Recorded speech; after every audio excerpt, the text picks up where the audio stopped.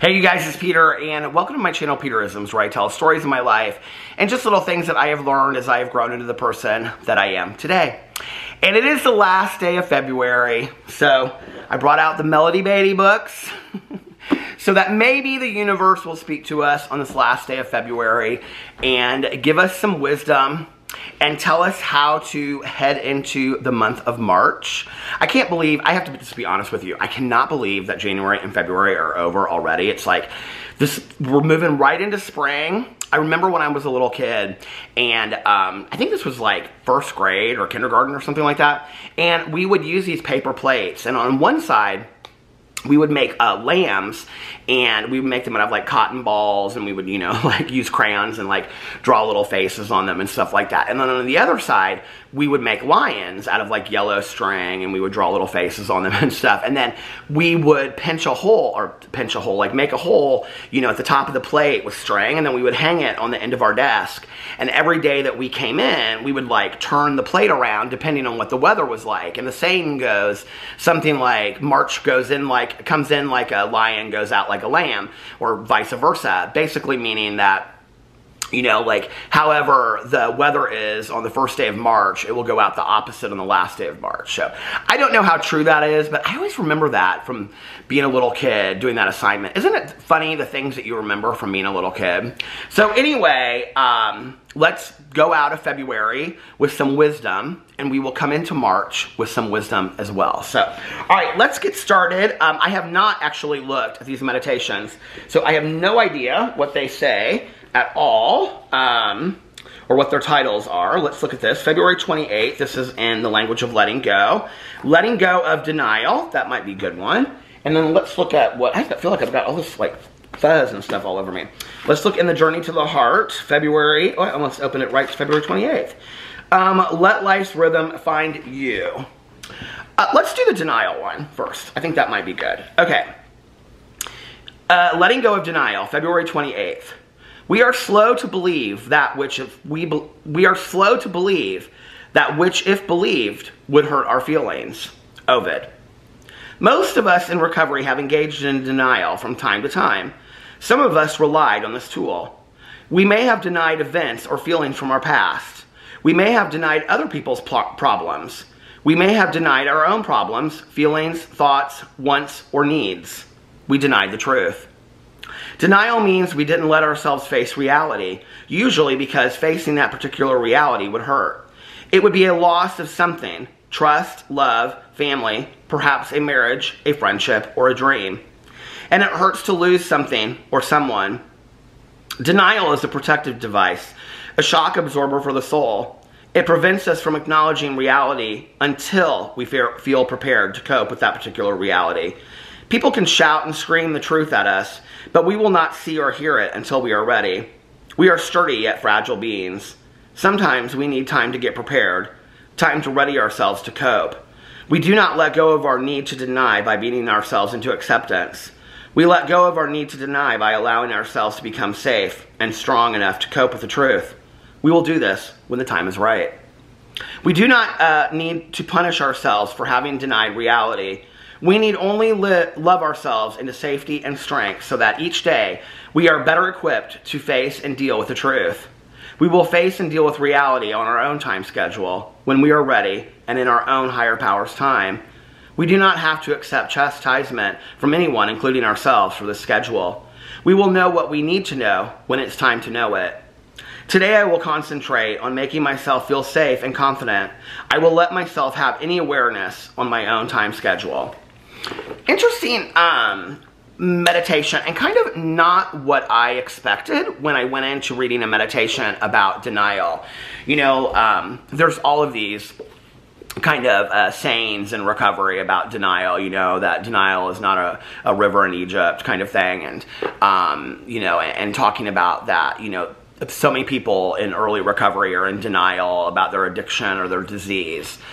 But what's interesting to me, and maybe this is from a codependent point of view, about this meditation, is that it almost hints to suggest, and I think it was when I was reading this part about what you could lose, and it said, denial means we didn't let ourselves face reality, usually because facing that particular reality would hurt. It would be a loss of something: trust, love, family, perhaps a marriage, a friendship, or a dream. And it hurts to lose something or someone. You know, I don't know that I necessarily in my life have looked at denial that way. That my denial of what is standing right in front of me, or the truth, would mean that if I accepted reality and I stopped looking at things in a different way, or this made-up reality that I had made for myself, then everything in my life would shift, you know?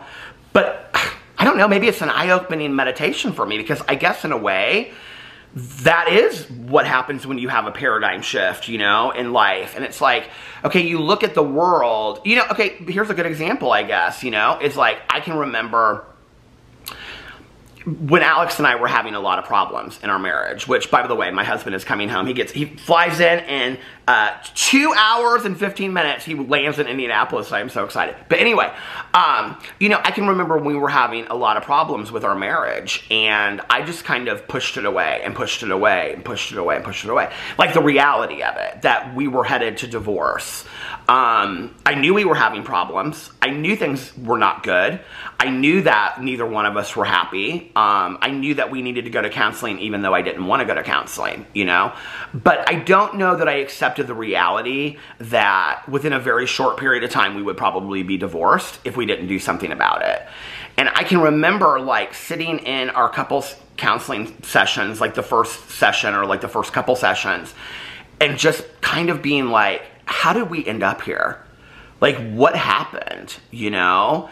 And I think that's where, you know, when our counselor asked us at that time, he was like, you know, are both of you here because you want to, like, save your marriage? Or both of you here because you want to, you know, fix things and have the best marriage that you can possibly have? And we were both like, yes, you know?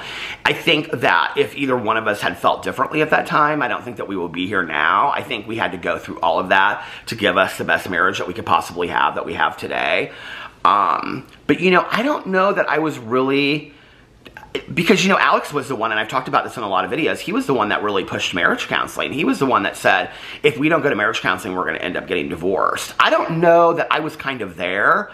And I think that this is what happens in a lot of marriages, honestly, in a lot of relationships, is that I think that I would have lived in unhappiness for a very long time without accepting the fact that I needed to do something about it. That was where I was in denial, you know? So it's not necessarily, I guess what for me, it's like all these years I've thought about denial in terms of addiction, you know, about denial about your own addiction of, well, I'm in denial, like, do you think you're an alcoholic or an addict? No, I don't really think it's a problem. I can stop at any time. I thought about denial in those terms.